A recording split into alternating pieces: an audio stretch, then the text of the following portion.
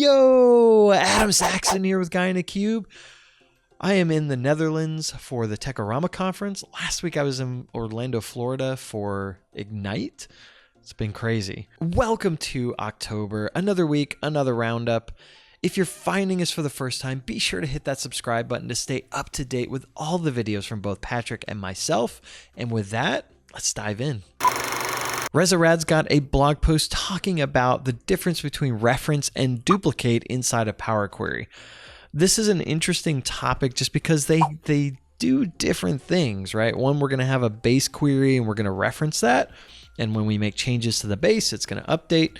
The other is we're duplicating that query and they're going to do different things. So from a Power Query perspective, it's good to understand the differences between reference and duplicate. I know Patrick is working on a video to kind of go through some of the subtleties of this as well and just things to think about. But this is a great blog post to also understand what these are about, when you should use them, and what Power Query is actually doing with these. So if you've used reference and duplicate, or you're looking to maybe understand a little bit more about that, check out the blog post, links down in the description below. Dave Rooster, and Dave, I apologize if I didn't get your last name right, over at Macaw has put out a Power BI cheat sheet that you can download for free. This cheat sheet's actually really cool. It goes through a bunch of different things from Power Query to data modeling to DAX to report design. There's a lot of good tips and tricks inside of this, and I know they spent a lot of time putting it together. It is just really awesome. You don't even need to sign up for anything. You can just download it directly. It's a PDF that you can print out and just have at your side in case you need some quick wins and tips with Power BI. So go ahead and check out the link down in the description below to get your copy now.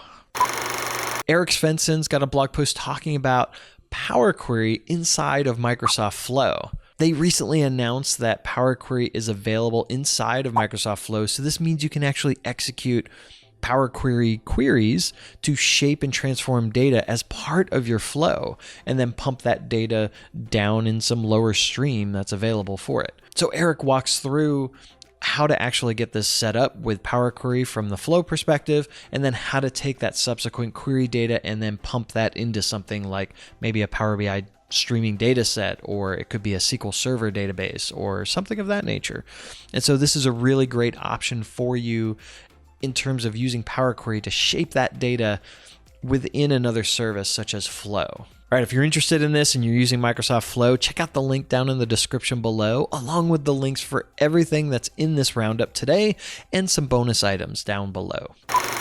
You may have signed into Power BI and have seen a new home experience. So this has been released across Power BI as a preview. The home screen is really is to elevate content within inside of Power BI that you may be interested in, bringing up front and center the content that you use on a regular basis, as well as recommending other content that you may not be aware of. This goes across apps and dashboards, workspaces, all the content inside of Power BI. At the bottom, you'll also see learn content. So these are references and just quick links to content that may help you get up and running faster with inside of the documentation and other items. Along with the home screen itself is the global search capability. So you can search now in the home screen and it will search all content across Power BI. So this is workspaces, apps, data sets, dashboards, reports, everything.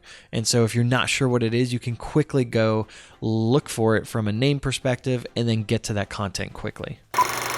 I brought up in a previous roundup the new Premium Capacity Metrics report. So if you're using Power BI Premium or the Power BI embedded resources in Azure, this is a report that will really help you gain insights into what that capacity is doing. As part of that, last week they announced that the new Queries tab is now available with inside of that report. So that means you can dig into the specific queries that are being executed against your data sets to understand what's actually happening from a Power BI report perspective. This really lets you dig into the interactive queries that are being used when people are interacting with reports. And again, if you're using Premium, be sure you get this report so that you can get these insights and be able to understand what's happening inside of that capacity, especially if someone's complaining about slow performance. We will also be having a video on the GuyInACube channel to look a little more into that to help you understand these reports and to get the best use out of them. All right, I want to pass this off to you. What was your favorite item this last week? Let me know down in the comments below, or if there was an item I didn't mention